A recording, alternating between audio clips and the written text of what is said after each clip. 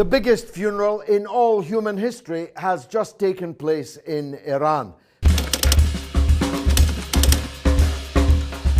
Millions of people have accompanied the cardboard coffin of General Qasem Soleimani to his final resting place, laying to rest the first of the many lies in this picture, that the Iranian people would be secretly glad at the slaying of their war hero, maybe even, as Pompeo suggested, dancing in the streets. In fact, the killing of Soleimani has brought the Iranian people together, not just in Iran, but around the world in a way that no other action has ever done. The Iraqi parliament's decision to expel foreign forces from their land is also extremely significant.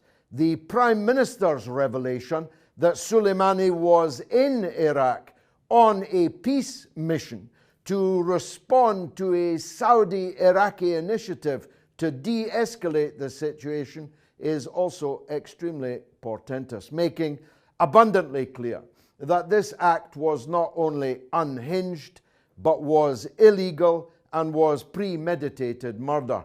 A murder so foul that even George W. Bush refused to countenance it when the option was presented to him, as did President Barack Obama. The millions on the streets of Iran also show that the Iranian government now has literally no alternative but to retaliate to this crime.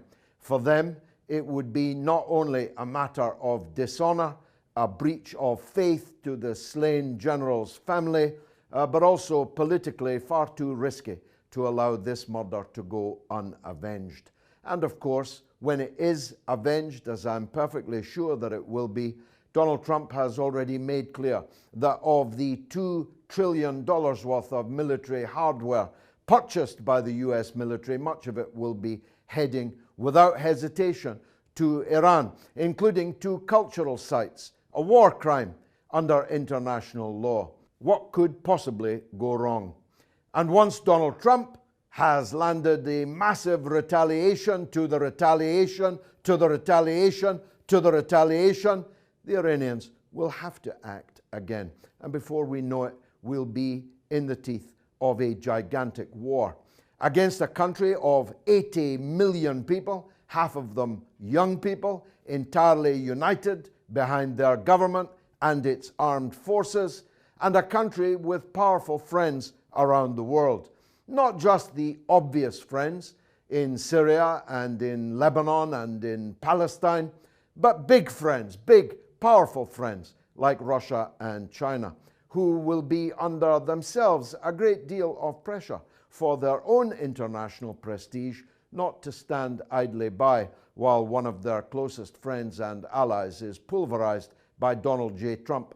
It may very well be that at that stage the American cabinet would have to step in and trigger the powers they have under the US Constitution to declare President Trump as being of unsound mind and not safe to be left with the nuclear trigger on his desk. The international situation has seldom been more dangerous.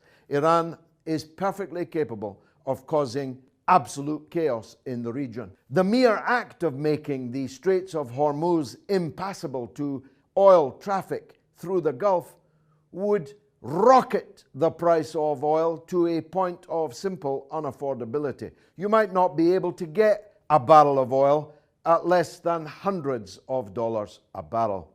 This would cause economic chaos throughout the world, particularly in Europe. And that's why Merkel and Macron have denounced this action in the strongest possible terms, so much so that Mike Pompeo, the Secretary of State, has publicly lamented the lack of support from America's traditional allies in Europe. Even Boris Johnson maintained a diplomatic silence for 2 whole days on his sun lounger in Mustique in the Caribbean.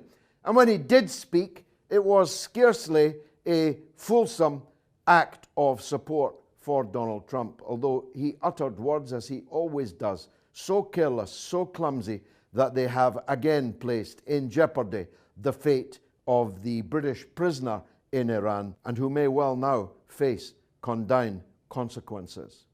This act is so unhinged as to be off the scale. One can only presume that Donald J. Trump simply couldn't grasp the consequences of his action.